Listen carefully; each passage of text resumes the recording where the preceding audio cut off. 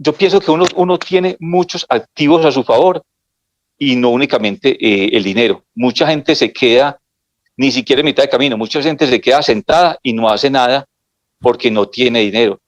Y yo creo, a través de lo que les voy a contar, que uno sí tiene muchos activos a su favor y en este momento puede que sea el dinero, pero nunca lo fue. Y no fue la razón para uno quedarse quieto.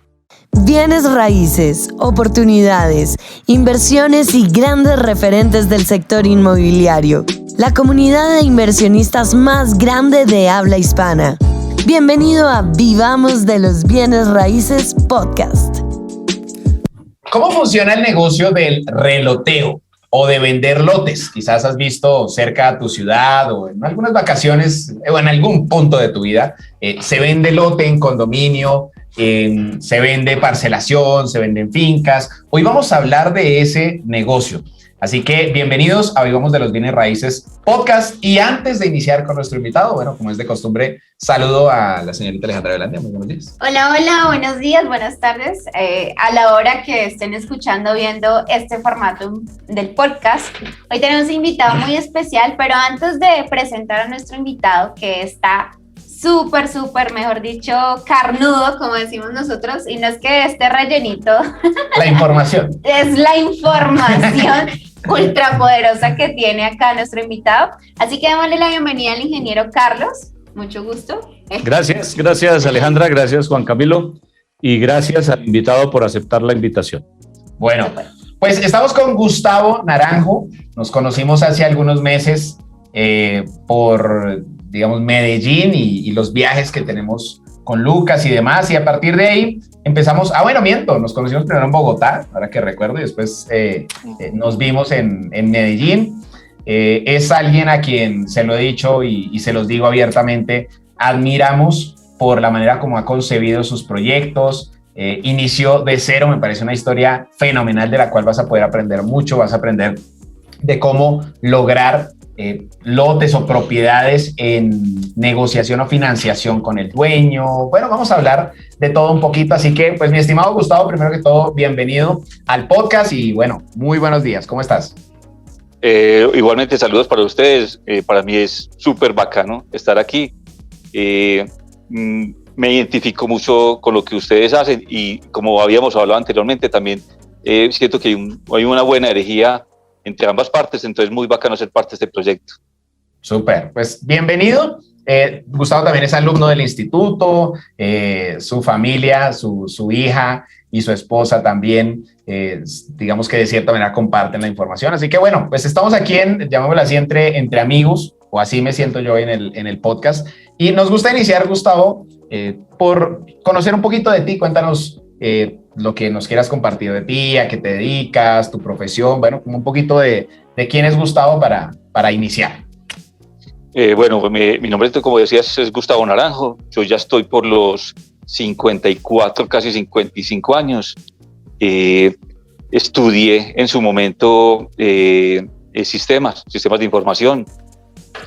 Hay mucho rollo por contar, pero yo creo que en general soy como un colombiano más de los que continuamente está buscando cómo salir adelante, o sea, cuál es la posibilidad, cómo es la forma, cómo lograrlo en salir adelante, y a través de eso y de estos 54 años pues hay muchas historias como por contar. Es como más o menos como la vida, casado, tengo una hija con 18 años donde ya está involucrándose muy de frente con todo este tema de bienes raíces, y para mí pues es un orgullo grandísimo saber que ella de pronto pueda retomar este camino y traer nuevas energías, nuevos bríos. Yo me pongo a comparar cuando yo tenía 18 años a ella, y ella y sus amigos con 18 años, y por lo menos yo era completamente distinto. En esa época uno era, llamémoslo muy coloquialmente, muy bobo, muy sano. Estos pelados de hoy en día vienen con unos bríos impresionantes. Entonces, que ella retome todo esto y traiga una nueva perspectiva, una nueva forma de mirar las cosas, para mí sería muy bacano, es muy emocionante ese momento que estoy viviendo con ella. Y en general es como lo que me dedico, dedicado al 100% a este tema de los bienes raíces, a aprender cada vez más, a relacionarme cada vez más de mejores amigos, y ahí los incluyo a ustedes también. y de todos aprende uno, y hay mucha gente muy tesa aquí en Colombia, empezando por ustedes, para uno aprender también un poquito. Bonita, Gustavo, y igualmente nos sentimos muy complacidos. Conocimos a tu hija en Medellín, realmente encantadora, y lo que tú dices es que esta nueva generación ya son personas que están súper despiertas. Nosotros también tenemos un socio que próximo está a cumplir 19 años, y es un chico que ya invierte, que ya sabe que en los próximos 5 años ya es una persona que va a tener otro patrimonio, otra calidad de vida. Así que pues iniciemos, vamos a hablar sobre el tema de reloteo, lo que tú has hecho.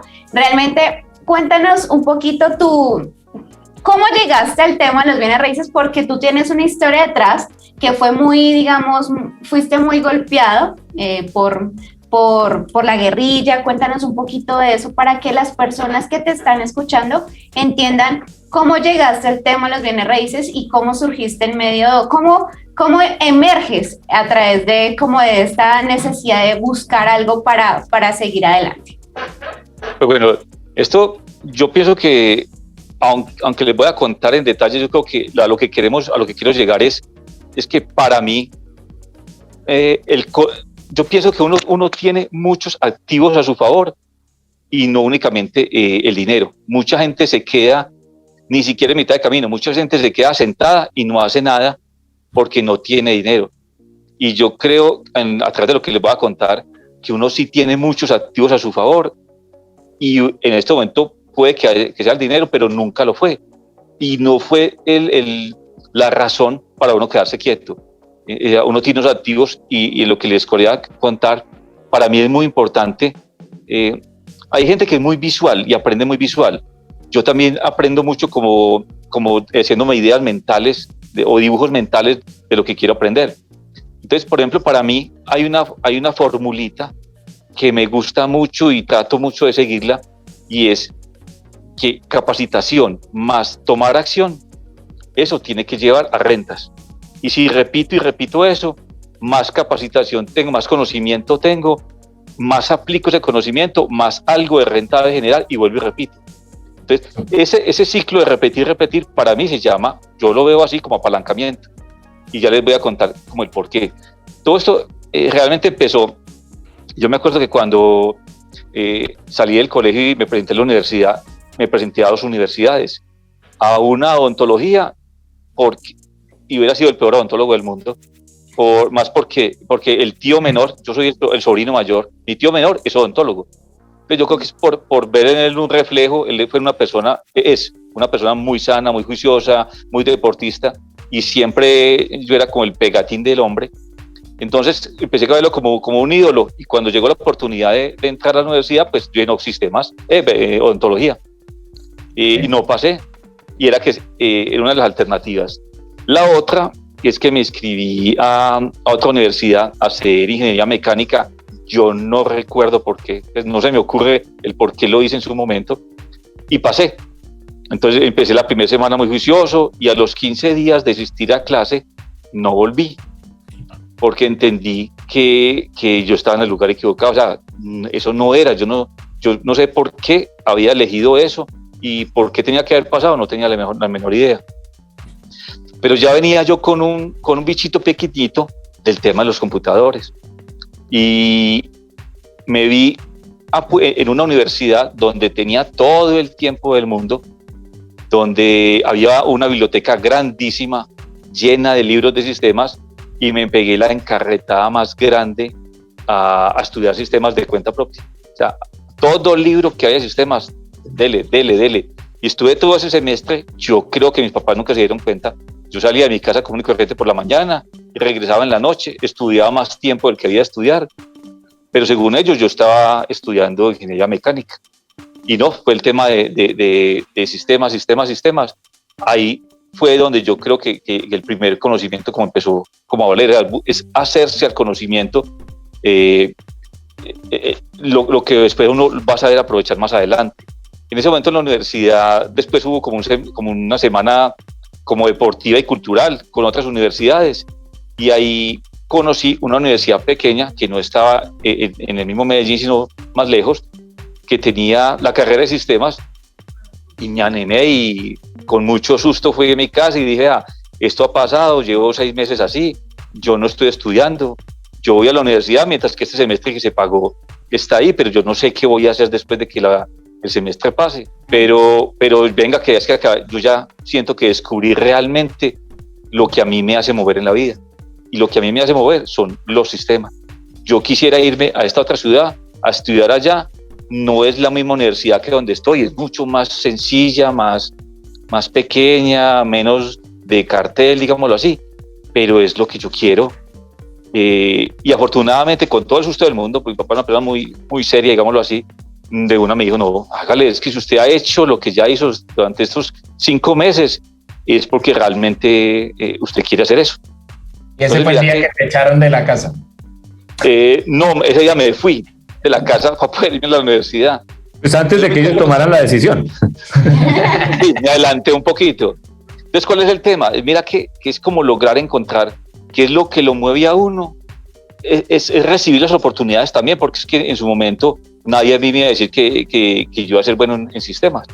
Pero estaba en el lugar justo por un motivo que no era. Pues porque si yo hubiera, cuando decidí a los 15 días que no quería estudiar eso, pues me voy a jugar billar, jugar fútbol o hacer cualquier otra cosa, me hubiera perdido la oportunidad de conocer en ese evento la universidad que me dio todo lo que yo sé. Entonces, yo pienso que las oportunidades hay que cogerlas cuando son, hay que encontrar el motivo que lo mueve a uno y hay que tomar acción. O sea, sí, era bajar de universidad, bajar de estatus, pero era lo que yo quería hacer y allá estaba el mundo. Y afortunadamente la decisión muy buena y toda mi carrera profesional se la debo a ese evento y a esa universidad. Súper. ¿Cómo llega este estudiante de sistemas a los bienes raíces? Porque hasta ahí sí. Nada de mundo inmobiliario. No, sí, tal cual. Entonces, yo venía, cuando me puse a estudiar sistemas, me empezó a ir muy bien, digámoslo así, y sistemas es una carrera que a uno le exige estar muy sabiendo qué es lo que hay afuera, o sea, qué es lo último que hay afuera, qué es lo más nuevo, y aprenderlo, ¿cierto? Es ese bicho de estar siempre como capacitándose e investigando. Y empezó a darse en ese momento el tema de querer los negocios rurales, digámoslo así, o negocios campestres. Empezó a darse el tema por ahí. Alguna vez tuve unos negocios de pesca por allá en el Golfo de Morrosquillo, y eso yo trabajaba y los viernes en la noche viajaba, allá iba a recoger unas cosas, pero rumbeaba, traía pescado acá, lo vendíamos súper bien, pero ya esa plata se había gastado en la rumba del fin de semana, y cosas por el estilo, pero todos son negocios como rurales o en el campo, ¿cierto? De ese tema de querer investigar y querer conocer, yo me di cuenta de una empresa brasilera que se llamaba Vitrogen, que en su momento, eso fue por ahí en el 2004, 2005, era la mayor productora de embriones a nivel mundial. Y me encarreté con ese tema. A mí la ganadería me había gustado y me obsesioné con ese tema porque vi que era tecnología de punta, parecido a lo que yo hacía en sistemas, pero llevado a lo rural. Y me encarreté montones, horrible. En esa época había internet, pero no había redes sociales. Yo gastaba plata llamándolos a ellos y saludándolos o preguntándoles cosas. Y hay una relación muy fluida, sabiendo que yo no era nadie. Llegó el momento en que Vitrogen vino a Colombia y me invitaron con una serie de ganaderos a un evento de inauguración en Montería. Y yo me vi rodeado de la crema innata de la ganadería en Colombia, y yo siendo un peludo que sabía de sistemas y paré de contar. Entonces, ¿qué pasó en ese evento? Ese evento me enseñó mucho el tema del apalancamiento. ¿Por qué? Que para mí es una palabra muy, muy importante y es la que a veces lo ayuda a uno cuando no hay suficiente capital. En ese evento era para que nosotros arrancáramos a trabajar embriones en Colombia. Y yo, pues muy abiertamente, porque ya había una confianza con el gerente, pues yo le dije, no, es que yo soy un empleado y ahí me queda cierto poquito de capital, pero para de contar. ¿Y qué pasó en ese evento?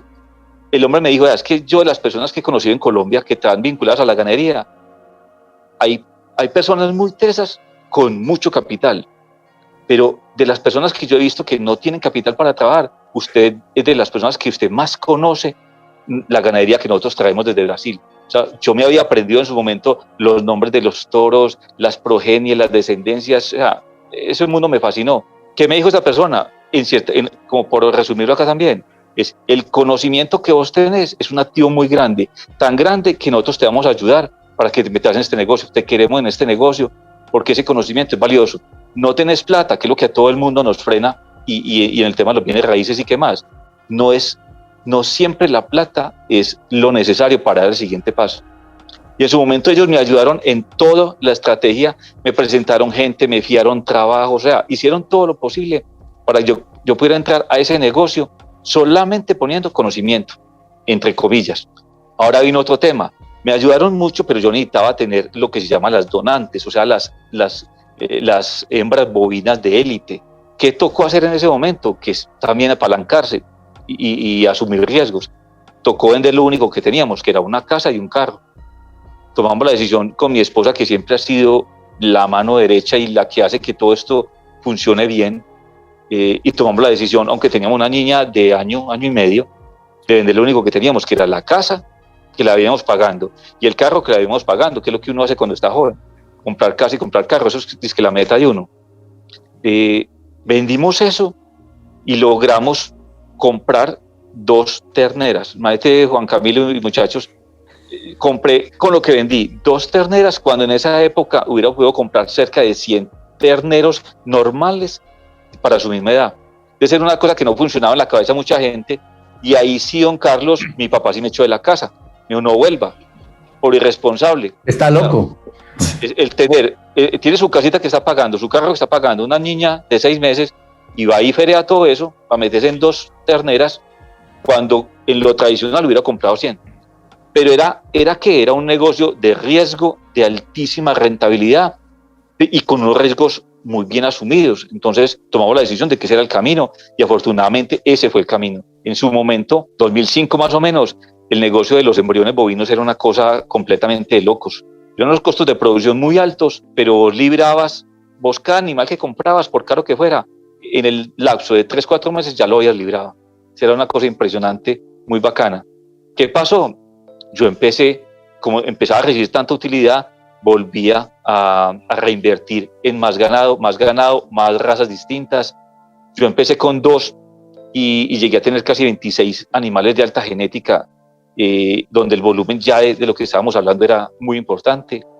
Ya no estaba en fincas alquiladas, que era lo que me había conseguido Vitrogen en su momento, sino que hacia la zona de Puerto de Río yo tenía ya una finca solito, donde manejaba todas las cosas, y todo iba perfecto. Hasta que un día en la madrugada iba para la finca, cuando saliendo del pueblo hacia la vereda, donde había el retén de toda la vida, simplemente no me abrieron el torniquete, y estamos hablando de paramilitares. En esa época era muy común o un lado o el otro lado, y trabajar en tierras de paramilitares era, digamos así, era cómodo, porque se quitaba uno el problema de robo de animales, de que a uno le pelaran animales, de no poder ir a administrar las fincas. Era cómodo. Pero ese día la torta se volteó y ya no tuve más permiso para entrar a la finca. Y la orden fue esa: no, usted no tiene autorización para ingresar a esta vereda. Entonces, uno en ese momento, pues es lo único que yo tenía en mi vida. Uno patalea, pone problema, denuncia en la fiscalía, que eso sirve para 3. Sirvió, no sé en este momento. En su momento sirvió para 3 cosas. En conclusión, ¿qué pasó? Que todo el proyecto se perdió. O sea, todo el proyecto se perdió. Y lo que había de deudas asumidas para apalancarme, que fue lo único que me quedó. Y como pataleé tanto y puse tanto problema, ya me quedó un problema personal, porque ya me amenazaron y me tocó desplazarme y dejar tirado el trabajo. Entonces ahí es donde viene la época, lo que decía Aleja, yo creo que la época más dura que hemos pasado como familia, porque ya después de verme amenazado y ver que la cosa era en serio, pues si la orden era, usted tiene que irse, ya no de acá, de la zona de Puerto de Río, sino de donde usted vive, que yo no sé cómo llegaron a donde uno vive. Sí me tocó fue esconderme en otra zona del país, o sea, irme, y estuve casi 8 meses viviendo exiliado, digámoslo así, perdido de todo. Ya después de esa época, los 8 meses, pues volví. A mí, afortunadamente, en la empresa donde estaba, que supieron todo el caso, tenía cierta comunicación y en teoría tenía las puertas abiertas para volver. Y me decidí a ensayar y volví nuevamente. Y gracias a Dios sí tenía las puertas abiertas, volví a empezar. como cualquier pelado de 18 años, o sea, sin nada, con familia y todo para hacer adelante, solo que con más años. Entonces ya ahí la preocupación es un poco más alta. Claro. ¿Qué edad tenías ahí? 15, 30, 35, Sí, puede ser más o menos. 37. Entonces, ¿qué pasó ahí? Como yo ya había probado que el negocio era altamente rentable y yo no sabía hacer, o sea, yo tenía mi trabajo, sabía de sistemas, pero yo he pensado que la vía de trabajar como empleado no es la vía para obtener la libertad financiera. Es una vía, hay ciertos puestos que sí puede dar eso, pero yo pienso que el 90% de las personas en Colombia es muy difícil que obtengan libertad financiera simplemente trabajando en una empresa. Entonces siempre la tuve muy claro que el tema era afuera. Entonces volví, arranqué. ¿Ahora qué hice? Bueno, vamos a ubicarnos en una zona que por lo menos históricamente sea mucho más segura, que no haya tenido eventos ni para un lado ni para el otro. Y así empecé a buscar finca y por cosas del destino, que ahí donde no sabes es que a una cosa mala le tiene que pasar para la buena, eso sí no lo he entendido, pero en retrospectiva sí, no me chocó haber pasado por lo que pasé para haber llegado a donde estoy hoy.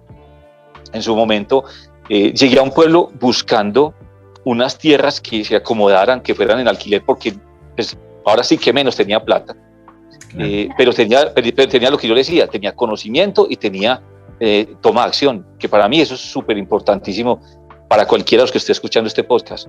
Y deudas. Y deudas, sí, está bien, que había que trabajar sobre eso, es verdad, eso era un lastre que había que quitar de ahí. Entonces, por cosas del destino, empecé a buscar tierras, no era fácil encontrar y dejé encargado a una persona en ese pueblo de que me fuera diciendo dónde hay alternativas. Y llegó un momento en que esta persona me empezó a endulzar el oído, a decirme que había un proyecto muy interesante para desarrollar, que no tenía nada que ver con ganadería, ni con extensiones, ni nada, que era una tierra pequeñita.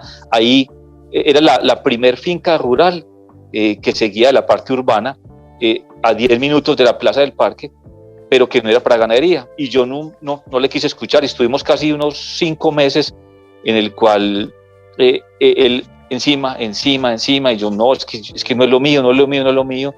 ¿Qué tal yo haber perdido esa oportunidad por no abrirme a conocer algo que yo no, que era ajeno para mí? Pero eso no quiere decir nada. Un día le paré la caña y entramos por una zona del pueblo que yo nunca había entrado y es como si se hubiera abierto una puerta completamente distinta en ese momento. O sea, esa persona me paró donde estuvimos la otra vez a ver el predio y que ustedes estuvieron conmigo, y a mí sinceramente se me maravilló todo, me pareció que todo cogió sentido. Me metí una encarretada horrible. Ellos me estaban proponiendo arrancar con ese proyecto porque ellos no veían la forma de asumirlo financieramente. Y si ellos, que estaban mejor que yo y que eran varios, no lo asumían, yo solo, pues es peor. Pero yo pienso una cosa, Juan Camilo, Carlos y Alejandra, es que cuando uno llega al momento en que un día encuentra una razón del por qué se tiene que levantar temprano, por qué tiene que hacer las cosas, por qué tiene que comerse la vida, en ese día aún ya no le importa nada.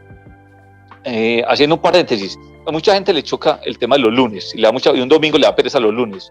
No, yo disfruto mucho los fines de semana, pero para mí no hay día más emocionante que 6 de la mañana de un lunes, porque es como si me abrieran la puerta y hey, venimos otros 5 días para hacer y deshacer. Entonces, en ese momento, pues yo tenía algo que me movía horrible, es que yo tenía una hija donde, bien que mal, yo había fallado en muchas cosas. Para mí la palabra fracaso la tengo autodefinida como la oportunidad de aprender cosas, mejorar y meter herramientas a esta caja de herramientas que más adelante les voy a usar. Para mí no es una palabra que me duela mucho. En letras chiquiticas, mi definición de fracaso dice, eso no se puede repetir todos los días. O sea, es una palabra que puedes usar, pero tiene un uso limitado. O sea, no puedes acostumbrarte a usar esa palabra fracaso. Pero cuando tengas que usarla, es porque ahí vas a sacar mucha información y muchas herramientas para el siguiente proyecto. Entonces, yo en ese momento, lo único que tenía para mostrarle a mi hija era unos fracasos. O sea, realmente era eso. Eran proyectos que por una u otra cosa no había sacado bandera, no lo había sacado adelante. Entonces, mira, que eso era como la llama que a mí me obligaba a que, hey, este tema de los bienes raíces es un tema donde realmente con ellos sí podemos generar libertad financiera. Si por cosas del destino vine a conocerlo y estuve 5 meses diciendo que no, y no me molestes más del tema, y todavía tuve la oportunidad de venir a conocerlo, no, eso es por algo, y esto hay que sacarlo adelante. Entonces, ¿qué empecé a averiguar, a capacitarme, sobre todo a hacerle seguimiento, en el buen sentido de la palabra, al dueño del predio? ¿Por qué? Porque, vamos a poner un ejemplo, el dueño del predio estaba pidiendo 200 millones de pesos. Yo me había enterado que había gente en el pueblo que le había ofrecido hasta 150 millones, uno sobre otro, digámoslo así, o sea, en efectivo. Y la persona no había querido bajarse de esos 200 a esos 150. Yo sé que en los negocios hay una premisa que es muy válida, es que un muy buen negocio arranca desde el momento de la compra. Uh-huh. Entonces, lo que hay que tratar, entiendo yo, es tratar de obtener un mejor precio para yo comprar. Y así estoy haciendo un buen negocio desde el principio. Pero yo pienso que cuando los activos que tenemos a nuestro favor es conocimiento y acción, pero no es dinero, ya esa premisa no es algo que se debe tomar tan así, tan textualmente. ¿Y en qué sentido lo digo? Yo cuando arranqué mi primer negocio, yo lo hice al contrario, o sea, no traté de bajar el precio al cual me estaban vendiendo, sino que traté de conquistar al vendedor ofreciéndole un precio mayor al que le estaba vendiendo. Eso para mí tenía mucho sentido, pero para la teoría va en contrasentido. Pues, ¿cómo es que le vas a comprar por más valor? Pero es que cuando tu activo principal no es el dinero, entonces tenés que involucrar otras variables. ¿Y qué pasó en su momento? Si yo no le hubiera ofrecido eso, yo no hubiera entrado al negocio. Entonces era un costo que yo sabía que tenía que asumir por poder entrar a ese negocio. Entonces, ¿cómo se planteó? Que es una de las cosas que muchas o ciertas mentores hablan de financiate directamente con el propietario, pero también tanta gente dice que es muy, muy difícil o que es imposible. A mí me parece que no se da muy seguido, pero se puede dar y hay que buscar la forma. Entonces, ¿cómo se hizo con... Perdón, antes de que entres a los números, yo quiero decir algo, y es que la mayor genialidad que he aprendido de ti es esto que vas a decir. Porque digamos, lo que vamos entendiendo al final es que los bienes raíces una de las conclusiones a las que llegamos en muchos momentos es que es un negocio financiero. Y lo que ustedes van a escuchar es, yo lo llamo un artista financiero, ¿cierto? Porque lo que les va a compartir Gustavo es una manera de también crear arte o de crear o de diseñar, así como diseña el arquitecto, así como diseña carro, el diseñador de interiores. Este es el diseño financiero que sé que puedes muchos modelar en N cantidad de escenarios y que a mi juicio es el mayor oro, sin demeritar obviamente todo el resto, pero te lo digo a título personal que, digamos, lo que aprendí de ti me impactó mucho en esos primeros contactos, obviamente, pues, antes de que se forjara la relación, fue eso que vas a compartir en este momento. Si algo se me va quedando, que vos sabes mucho de mi historia, me puedes ir ubicando también un poquito, Juan Camilo. Pero vamos bien. Vamos bien. Listo. ¿Cuál fue el tema? Yo empecé a mirar y me di cuenta que la actividad principal del vendedor era la ganadería de leche. Él tenía unas tierras ahí cercanas al municipio y se dedicaba a producir leche. Me puse a mirar y logré encontrar el valor, como digámoslo así, el valor que esa persona necesitaba mensualmente para vivir bien. O sea, si él por alguna razón no siguiera trabajando su lechería, él y su familia con cuánto vivirían bien. Entonces, ese fue mi primer base, ¿cierto? Yo ya tenía un valor de que él estaba pidiendo por su tierra y ya sabía cuánto era lo que él necesitaba para vivir bien. Entonces, además de la oferta que ya le habían hecho y que tampoco había aceptado. Esa era otra ser variable, sí. Yo sabía que él no se estaba bajando. No tenía tampoco necesidad de bajarse realmente. Él sabía lo que estaba vendiendo. Sí. Entonces, ¿qué hice? Empecé a acercarme a la persona y llegó un momento pues ya en que habíamos hecho alguna relación en que le hice el siguiente ofrecimiento. Vea, don Guillermo, a mí me interesa mucho su tierra, me gusta mucho lo que usted está ofreciendo, pienso que realmente su tierra sí es valiosa, o sea, usted está pidiendo 200, me parece que su finca es un buen precio, me parece que está justo. Yo le ofrezco lo siguiente, yo le ofrezco comprársela por 250. O sea, los valores no son reales, pero son más o menos una relación entre lo que él pedía, lo que le estaban ofreciendo en el mismo pueblo y lo que yo ofrecía. O sea, Don Guillermo, me parece que la finca sí está bien en su valor. Yo le ofrezco un valor por encima, me parece que está bien. Eso sí, entonces primero cuando uno ofrece un valor por encima, pues ya se roba el interés de la persona, tal cual. Perdóname una pregunta, cuando compraste las 2 primeras terneras, ¿hiciste lo mismo? No, realmente hicieron al contrario conmigo. O sea, es que ahí no venía el tema de conocimiento y hagamos un paréntesis chiquitico ahí. Cuando me presentaron ese ganadero, para mí es uno de los 3 mejores ganaderos en esa raza en toda la historia de Colombia. Es una persona muy importante en la historia de ese tipo de ganado en Colombia. Me obsesioné mucho a conocer mucho de él y de su trabajo, de sus animales, y a asistir mucho a eventos ganaderos donde él estuviera. Entonces, la cara se volvió conocida para él. Algún día le pedí de que me invitara, me autoinvité, que si me invitaba a conocer su proyecto, me invitó a amanecer a su finca un fin de semana, lo cual no es muy común. Después me di cuenta que no lo hace con todo el mundo. Y los 2 primeros días él me estuvo contando y mostrando, y fue muy bacano. ¿Por qué? Porque yo no era simplemente el que escuchaba, sino que como yo ya me sabía la historia de mucha de su genética, él me hablaba de algo y yo le contestaba o le con conocimiento. Sí. Entonces, eso para mí, ¿por qué lo recalco? Porque es que, conocimiento de acción, es lo que yo no me canso de decir.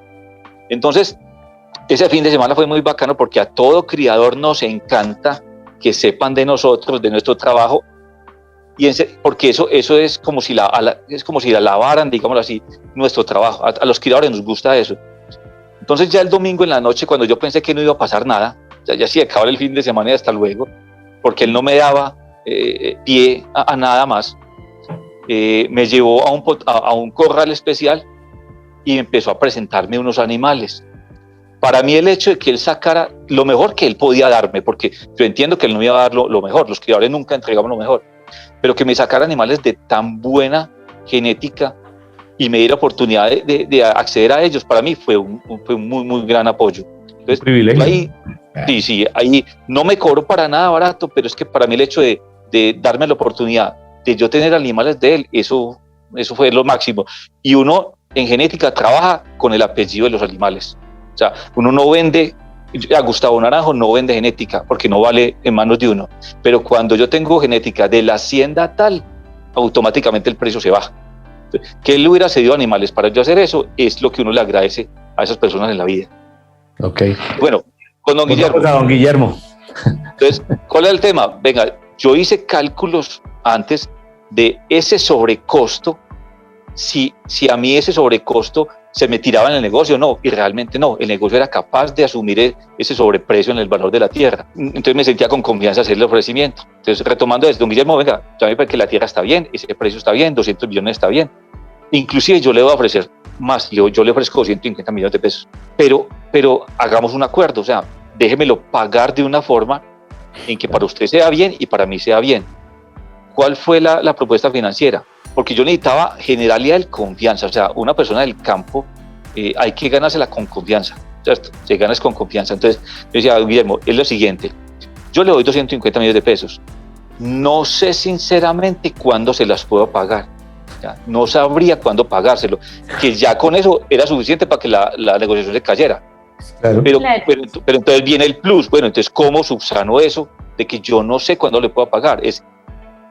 Mientras que le deba los 250 millones de pesos o le deba un solo peso y le voy a reconocer mensualmente este interés, o sea, ni siquiera es un interés sobre el saldo. Hoy arrancamos 250 millones de pesos, le voy a reconocer este interés que es un interés bueno y eso equivale a 2 millones de pesos. Vamos a ponerle ejemplos.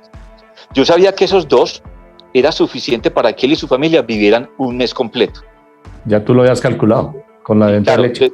Ahora, ¿dónde está el otro tema? Es que aquí es donde vino lo más delicado, pero lo que a él le daba realmente confianza es, Guillermo, no importa si yo le debo a usted todavía 250 millones o le debo 10 pesos, siempre le pagaré los 2 millones de pesos mensuales.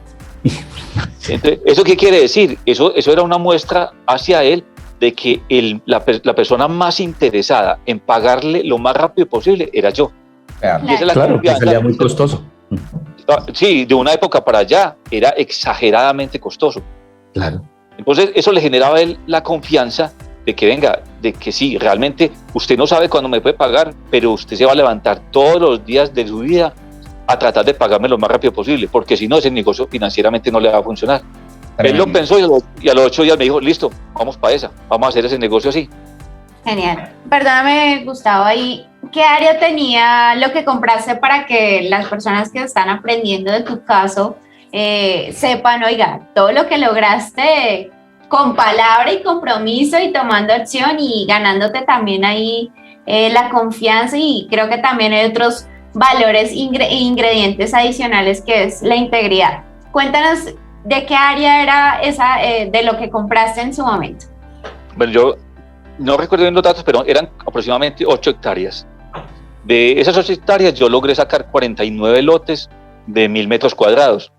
1.000 metros cuadrados para el mundo en el cual yo me movía, donde todo el mundo trabajamos en una oficina, o sea, 4 paredes, volvíamos en la noche al apartamento de 4 paredes y el fin de semana estábamos en el centro comercial de más paredes. 1.000 metros para estas personas es un estadio completo. Entonces era muy buena área. Entonces logramos sacar 49 lotes. Fue muy complicado, ¿por qué? Pues porque recuerden que no tenía capital, o sea, yo en el momento que hice el negocio con don Guillermo, cuando él a los 8 días me llamó y me dijo, sí, yo en el momento yo no tenía plata. Yo tuve que salir a buscar dónde levantarme los primeros 3, ya eran 3 porque tenía que hacer otro trabajo. Los primeros 3 millones, ¿dónde me iba a levantar yo esa plata? Pero yo no iba a dejar de hacerla, de conseguirla por hacer el negocio. Entonces, digamos así, levanté los primeros 2 millones de don Guillermo y arrancamos el negocio. Una pregunta, Gustavo, es que ahí ya entramos en temas que, previo a eso, me imagino que hiciste alguna averiguación de temas de norma y demás para poder ver las posibilidades y la vocación que tenía el terreno, me imagino, que fue lo que te abrió los ojos y te abrió todas las posibilidades. Sí, tal cual. Y es lo mismo que yo haría en este momento. Si en algún momento la oportunidad de una tierra, yo lo primero que tendría que preguntar es qué extensión tiene la tierra, cuánto están pidiendo por la tierra y qué se puede sacar ahí. O sea, bajo la norma que hay, cuál es el máximo número de lotes que podemos partir de esa tierra. Y tú dijiste algo demasiado importante para todos los que nos están escuchando. Contaste que quien te ofrecía eso durante 5 meses y persiguiéndote te estaba diciendo, es la primer finca después de lo urbano, o sea, la que está rural. Eso ya tenía, ahí estaba la perla del cuento. Tal cual. Entonces, ya con esas 3 variables, o sea, área, valor que están pidiendo y en cuánto puedo partir eso según la norma que haya, eso ya uno le dice, el negocio se puede dar un paso más allá para empezar a analizarlo más, o de entrada eso no es negocio. Eso, con los 3 datos tiene uno. Entonces yo ya sabía que la norma iba para 1.000 metros y se sacaban 49 lotes. ¿Qué tocó en su momento? Pues tocó empezar en esta época le dirían promociones, yo le diría feriar. Era con mis amigos empezar a decir, venga, hay una promoción. Yo hacía Black Friday, lo hacía cada 15 días, porque ya necesitaba cumplir. Ese no era Black Friday. Ya no soy muy bueno en el inglés, pero es lunes, martes, miércoles. No, y es muy rico porque hay muchas personas que hicieron buenos negocios con uno, porque estaban siempre ahí casi que respirándole en la espalda para cuando hubiera un Black Friday, porque ellos sabían que había lotes a mitad de precio. Y eso fue muy bacano, y es otra cosa muy interesante, es venga, esto no es un negocio de una sola persona, es un negocio donde todos podemos ganar, hay espacio para todos y todos podemos hacer dinero. O sea, no es un negocio de egoísmo, es un negocio, lo digo yo porque yo no he tenido pues capitales. Las grandes empresas que ya están muy bien, pues son negocios donde se lo hacen solitos. Pero ese tipo de negocios, cuando uno va a arrancar, uno sí necesita ayuda y apalancarse. Y apalancarse no es aprovecharse, es venga, es un buen negocio para usted, un buen negocio para mí. Entonces, a mí me gustaría que contaras, digamos, el tema de la forma de pago para las personas que, o sea, es con lo que acabas de decir, más esto es como romper muchos paradigmas de por medio para que las personas que luego que escuchen tu podcast o que lo vean, se van a llevar muchísimas ideas para que lo implementen, porque acá también una perla que tú has dado es conocimiento más acción igual rentas. Entonces, yo creo que es muy importante el tomar acción. Así que, cuéntanos. Sí, yo pienso que aparte, como decís vos, Alejandra, aplica para muchos tipos de negocios. Es cuando, y eso sí se lo leí, hay un libro que para mí marcó mucho la vida, hay 2 libros. Ya sabes para dónde va la cosa. No, pero no creas, el libro ya leí tu libro, me gustó mucho, ya se lo recomendé a mi sobrina. Vos sabes que mi sobrina ya arrancó su primer co-living, o sea que realmente es un libro que sí ayuda a arrancar. O sea, eso yo sí lo puedo decir, que es un libro que ayuda a que la gente dé ese primer paso, que no es, para mí es el más difícil a veces. El otro libro que quería hablar es yo creo que el libro que habla a todo el mundo, el de Padre Rico, Padre Pobre, de Robert Kiyosaki. A mí me parece muy, pues no, así somos todos, es que hay tanta gente que lo ha leído, pero no logra identificar cómo aplicar eso leído a la vida normal, o sea, a su propia economía, a su propio mundo. A mí ese libro sí me abrió los ojos completamente, pues una cosa que me explotó. Y hay algo que decía ese libro es: compra el pastel completo, pártelo en porciones, porque la mayoría de la gente solamente tiene para esa porción. Y con esa porción está bien. Y eso me parece que aplica, o sea, es casi que estuviera hecho pintado para el negocio de las parcelaciones, condominios o reloteos. Es compra a lo grande, porque comprando a lo grande, cuando divides, los pedazos se ven muy, muy favorables. Pero es que la gente lo que está buscando son los pedacitos, la gente no necesita el pastel completo. Y eso es lo que aplica este negocio. Este negocio aplica así tal cual. Entonces, aunque yo haya pagado unos sobrecostos, y realmente fueron muchos los sobrecostos que yo pagué, porque cuando vos trabajas limitado de capital, los trabajos que haces los tenés que hacer por secciones. En ese momento, en el municipio donde yo estaba, era el primer proyecto de esa categoría que había. Entonces, la maquinaria a mí me la alquilaban en Medellín. Yo tenía que contratar quién la llevara allá, hacer los trabajos y devolverla a Medellín. Entonces, los sobrecostos muy grandes. Entonces, ese primer proyecto fue durísimo, pero fue el aprendizaje del siglo. Y así todo fue un proyecto muy rentable. Entonces, ahora lo que me preguntabas, Juan Camilo, de la parte financiera es, este proyecto, cuando lo partimos, a esa finca, primero que todo, me parece que es un tip que puede ser interesante, es: yo nunca en la vida menté parcelación para nada. O sea, don Guillermo estaba ofreciendo una finca ganadera y yo era un ganadero más. O sea, su finca es para ganadería y eso es lo que yo quiero comprar. Y yo después aprendí, ya con experiencia, de que la misma finca, cuando vos la compras para lo que lo ofrece el dueño, tiene un valor. Pero si vos vas diciendo, a mí me interesa para esto que tiene un plus, automáticamente la finca cambia de valor y no ha cambiado nada. Si yo voy averiguando fincas para parcelar, la finca vale 2 y 3 veces más. Y es la misma finca. Cuando alguien está vendiendo una finca agrícola y se la vas a averiguar, que como finca agrícola, la finca tiene un valor completamente distinto. Entonces, primer punto de eso, y yo creo que es un sitio interesante.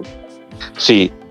Entonces, cuando se compró una finca ganadera con sus sobrecostos y todo, pero cuando se subdividió, los lotes quedaron a un precio que son muy competitivos para lo que se maneja en todo el departamento, ni siquiera para la zona, para el departamento en sí. Yo lo defino como si yo hiciera una línea entre el comprador y el vendedor. Si en esa línea al comprador le parece que es muy barato, pero a mí me parece que es muy buen negocio, es la línea perfecta. O sea, yo estoy vendiendo algo que es un negocio muy rentable para mí, pero para el comprador le parece muy barato. Esa para mí es la línea perfecta. ¿Qué pasa con la parte financiera? Al comprarse una finca de tanta extensión, bueno, voy a hacer un paréntesis chiquitico. Yo hice ese primer proyecto que fueron 49 lotes. Nos fue tan bien con el pago de don Guillermo que le ofrecí que me vendiera otro pedazo, el último pedazo que él tenía, que eran como 12 hectáreas. Y de ahí se lograron sacar ya no 49, sino 75. Mira que los proyectos, a medida que vos reinvertís, pues se vuelven mucho, mucho más grandes. La idea es no sacarle a los proyectos cuando estamos iniciando y no dejar que ellos cojan vida y se vayan yendo. Ya en este momento, el actual proyecto donde estoy, ya logré pasar a 195 predios. O sea, ya es una cosa mucho más grande, pero siempre es eso, reinvirtiendo. Y siempre comprando tierras cada vez lo más grande posible y siempre pensando en que sean fincas o como me las ofrecen ganaderas o me las ofrecen para agricultura. Pero que previamente tú has hecho la investigación que puedes hacer tu reloteo porque está en suburbano o está rural, porque no todas tienen esa vocación. Tal cual. O sea, siempre es con esa visión de que ahí se pueda desarrollar. Claro, y si no, está uno muerto. ¿Y a qué densidad se puede desarrollar? Que es lo otro, ¿cierto? Hay fincas que puede estar muy bien, pero la densidad, o sea, el número de lotes que puedo sacar ya no es tan fabuloso. Entonces, cuando se compró esta finca tan grande, mire que estoy haciendo lo que mismo que estaba enseñando este libro, es compra el pastel grandote, el más grande que puedas. Pártelo en pedazos. Esta vez me tocó partirlo en pedazos, me salieron muchos pedacitos de esa finca, de ese pastel. ¿Qué pasa? Como el costo de cada pedacito para mí es tan pequeño, la mayor parte de lo que hay se llama utilidad. Entonces, ¿qué hago yo? Yo puedo darme el lujo, que es un negocio muy interesante, es de financiarle. Ahora, lo que don Guillermo hizo conmigo, yo lo hago con todo mundo. O sea, yo le financio directamente los lotes a las personas, no a través de ningún banco, yo se los financio. Porque ¿qué le estoy financiando casi que de entrada? Pues la utilidad. Y yo la utilidad puedo hacer, entre comillas, puedo jugar con ella. Entonces, esa utilidad cada vez se maximiza más porque es una utilidad que recibe un interés. O sea, fuera de que ya es utilidad, la estoy colocando, es como si estuviera creando dinero. Creo utilidad y ese dinero lo coloco como si fuera un banco, se lo coloco a través de otras personas que me pagan un interés sobre esa utilidad. ¿Respaldado en qué? En hipoteca sobre los mismos bienes. Entonces, es un negocio donde se duerme tranquilo porque nunca me ha tocado llegar a un proceso para recuperar un lote, pero si llegara, yo sé que ahí esto está ahí y se puede demorar 3, 5 años, pero mientras más se demore, más llega el lote valorizado y con más deudas, o sea que ahí el ciclo está cerrado como si fuera un banco y es un negocio que se volvió, fuera que es un negocio de tierra, se volvió un negocio financiero.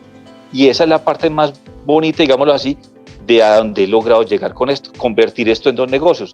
Uno es, compre un pastel, pártalo, genere activos, esos activos colóquelos, o sea que usted ya tiene una deuda a su favor, que en algún momento tiene que llegar, pero mientras que llega es un negocio financiero de una sumatoria de interés. Esa es la parte, yo creo que más bonita de este negocio, que yo creo que se podría aplicar a muchas otras cosas.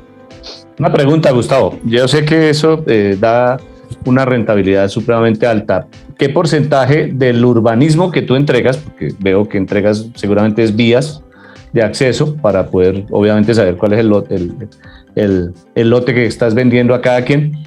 ¿Qué porcentaje de urbanismo y qué urbanismo así muy sencillamente es el que entregas y qué porcentaje le pega al negocio en términos financieros?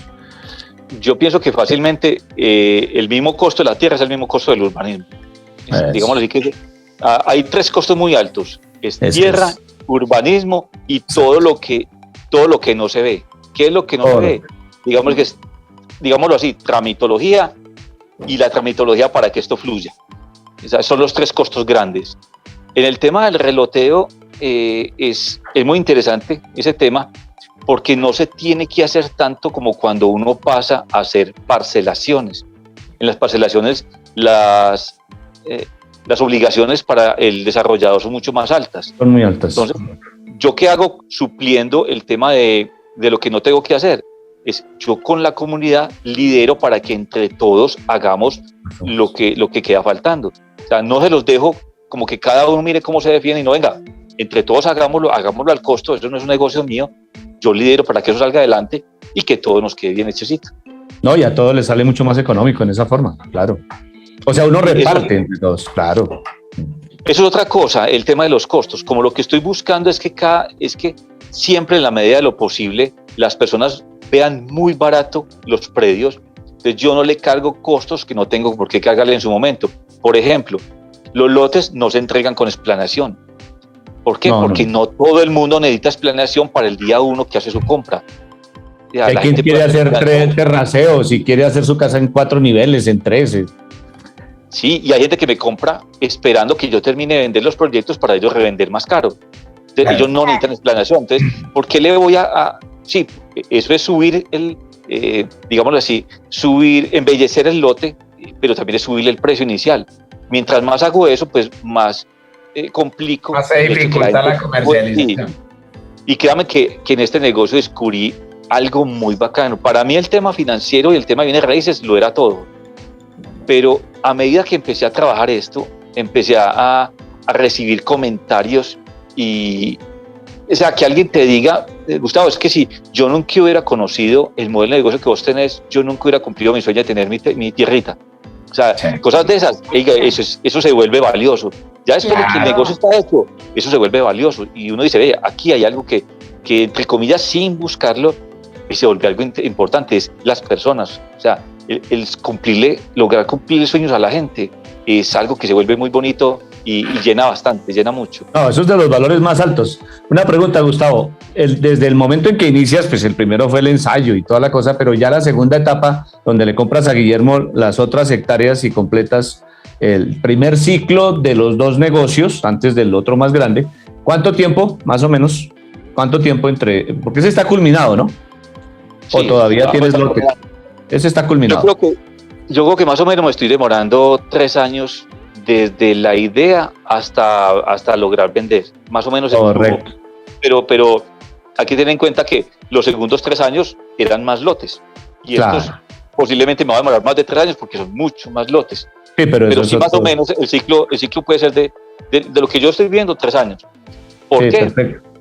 Porque yo siempre tengo limitantes de dinero, digámoslo así. O sea, no, si claro, yo ese segundo proyecto no lo hubiera querido hacer de 75, sino de lo mismo 49, o este proyecto no lo hubiera querido hacer de 195, sino de 49, pues no era un proyecto que se hacía mucho más rápido. Pero créeme que lo que yo he visto y viendo tu experiencia, tu valiosísima experiencia, es mejor que se dure esos tiempos porque madura mejor el negocio, madura mejor todas las rentabilidades de los mismos predios, tanto para ti como para los que compran y también compran por invertir para volver y revender. No sé si estés de acuerdo en ello. Sí, tal cual. Hay otra cosa que es que hay, como les comentaba ahora, de que a uno le explican o uno aprende que cuando haces un negocio, trata de que comprarlo más barato, y yo hice todo lo contrario. También hay otra cosa, a uno le dicen, no ponga los huevos en la misma canasta. Pero yo pienso que hay muchas minas, y cada mina es una forma diferente de hacer negocios en la vida. Esta mina de los bienes raíces para mí tiene varias betas. Una de esas betas es el reloteo. Yo pienso que cuando uno encuentra una beta, que uno la prueba una vez, la prueba 2 veces, la prueba 3 veces y cada vez es mejor, yo pienso que ahí, y sobre todo después de pandemia, ¿qué me pasó en pandemia? Acuérdense que yo financio, o sea, tengo un negocio de financiación también. Sí. Y a mí el porcentaje de personas que en pandemia me dijeron no le puedo pagar fue mínimo. Y esas personas que se acercaron y me dijeron, hey, estoy teniendo problemas para pagarte la cuota mensual, son las personas que hoy en día pagan más puntual y están más agradecidas porque logré llegar a decir, venga, hagamos lo siguiente, negociemos de tal forma, ¿esto te queda bien? Sí, me queda bien. ¿Esto te queda bien? No, esto no me queda bien. Entonces, venga, ¿así te queda? Sí, así me queda bien. Fue tan mínimo el número de personas que en pandemia no pudieron cumplir su cartera que a mí me volvió a reconfirmar que en los bienes raíces es un buen negocio, es un seguro, es un negocio que realmente tiende a ser seguro.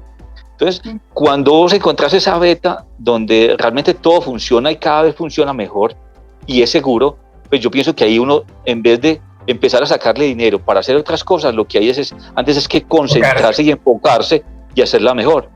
Entonces, ya el hecho de tener, por ejemplo, 195 predios, pues mi problema en este momento es que tengo 195 papeles que muestran que yo soy dueño. Y a mí no me interesa tener 195 papeles. Me interesa tener 195 pagarés que sean deuda y que generen renta. Entonces, realmente, digámoslo que así, y pensando en Manuela, a mí en este momento no me interesa que me paguen. Si me pagan el lote, pues buenísimo. A mí me interesa es generar renta por los próximos 20 años y la sumatoria de esas rentas sea suficiente para yo vivir y para seguir reinvirtiendo. Entonces, el negocio fue mutando, digámoslo en ese sentido. Buenísimo. ¿Qué tal la relación con las oficinas de planeación? ¿Qué tal la relación? En general, para no...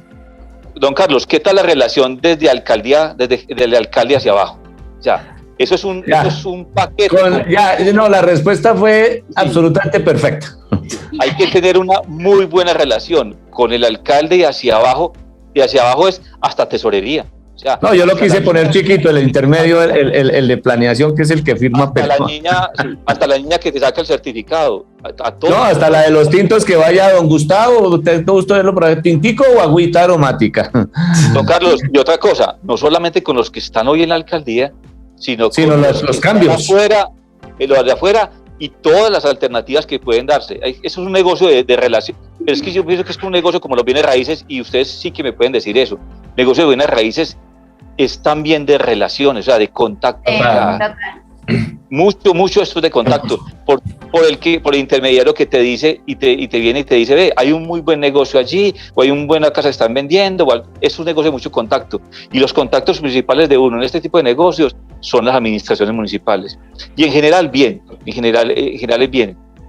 Gustavo, vamos cerrando, seguramente surgen muchas más preguntas de este tema que darían, no sé, para varios podcasts o, ¿por qué no?, el día de mañana un curso, un entrenamiento, algo mucho más completo en este tema. Pero me gustaría cerrar con una pregunta que nos gusta hacer para cerrar, y es la siguiente. Es una pregunta medio filosófica, pero profunda. La pregunta es... Prepárate. Si estuvieras frente a un estadio, y esta pregunta la tomé prestada, no es que yo sea tan genio. Si estuvieras frente a un estadio, 100,000 personas, y te están escuchando, y esa lección que les vas a compartir a esas personas es esa perlita de oro por la cual te van a recordar esas 100,000 personas. Es esa, wow. Y tienes la oportunidad de tener 30 segundos de micrófono para dejar una idea, un compartir, una lección, algo que te gustaría decir. Tienes el micrófono. Muy bueno que hubieras avisado con tiempo para prepararme, pero ya que no se pudo. No, yo te diría, me voy a hablar a mí mismo, digámoslo así. Porque, okay. Y lo que yo mismo creo, puede que haya personas que también piensen que les puede hacer alguna idea en su vida. Super. Yo pienso que mientras más rápido en la vida yo encuentre cuál es el motivo que me hace levantarme todos los días a tomar acción, mejor. Super. Segundo, oportunidades, todas las que se pasen en la vida, no sabemos, puede que la oportunidad llegue en el momento, pero no tiene mucho afín con lo que yo haga. Tómela, porque yo no sé más adelante si me va a servir o no, posiblemente sí, y a veces si no la tomo, más adelante miro en retrospectiva y ya la oportunidad no está. De la oportunidad no se pueden dejar pasar. Conocimiento, porque es que yo pienso que tenemos que alimentar todos los activos que tengamos a nuestro favor.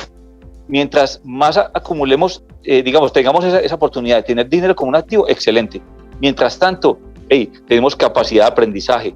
Esa capacidad de aprendizaje se convierte en conocimiento. ¿Para qué capacidad de aprendizaje y conocimiento si no hacemos nada con él? Hay que tomar acción en todo, hay que dar ese paso. Yo considero que solamente dando un pasito, o sea, un pasito nomás diario, con eso tenemos. O sea, que yo termine el día y diga, hoy hice algo, así sea pequeño, pero ese algo realmente hizo que todo esto que tenemos acá pasara un paso más allá. Y como último dato, digámosles, no es lo que yo pueda decir, escúchese la conferencia que algún día Steve Jobs dio en la Universidad de Stanford. Para mí es un resumen espectacular de lo que yo me debería aprender, como poder recitarlo de memoria. O sea, lo que el hombre dice ahí en esos 15 minutos, yo creo que lo deberíamos fuera de rezar y agradecer a Dios cuando nos levantamos, deberíamos de escucharlo todas las mañanas, porque eso empodera y da visión de lo que hay que hacer en la vida. Ese discurso a mí me parece súper motivador, poderoso. Y lleno, muy poderoso, voy a decir la palabra, poderoso. Un placer compartir contigo. Sé que hay muchas preguntas que se nos quedan. Es más, me gustaría invitar en los comentarios si les gustó este episodio, si les gustaría una segunda parte o seguir profundizando más, bienvenidos, para que nos dejen sus preguntas. Mi estimada Alejandra y ingeniero, muchísimas gracias por lograr juntos un episodio más. Y Gustavo, muchas gracias por tu tiempo. Nada, hermano, sabes que seguimos pedaleando y no sé si hay algo que nos quieras decir para hacerlo. No, primero de todo, las gracias pues infinitas, muy rico compartir tiempo con ustedes. Pensé que iba a ser más doloroso esto. O sea, no, realmente es una conversación. Ustedes tienen mucha más experiencia que lo que tengo yo, pero fue muy rico el espacio. Estuvo muy, muy bacano. Ojalá algo puedan sacar las personas también de esto. Un ingeniero de sistemas, apasionado por la genética y feliz con los bienes raíces. ¿Cómo la ven? Así es. Excelente. Y vende perros, que ese nos da para otro podcast. Gustavo, mi hermano, un abrazo, Dios te bendiga, muchísimos éxitos. Y bueno, a ver qué se hace juntos, hermano. Un abrazo. Muchas gracias. Y gracias sobre todo por tu tiempo. Gracias, Te cuidan Gustavo. también. Gracias, Gustavo. Un abrazo. Chao. Te cuidan ustedes. Gracias por escuchar Vivamos de los Bienes Raíces Podcast. Te esperamos en un próximo episodio. Para inversiones y negocios, escríbenos en Instagram en @vivamosdelosbienesraíces.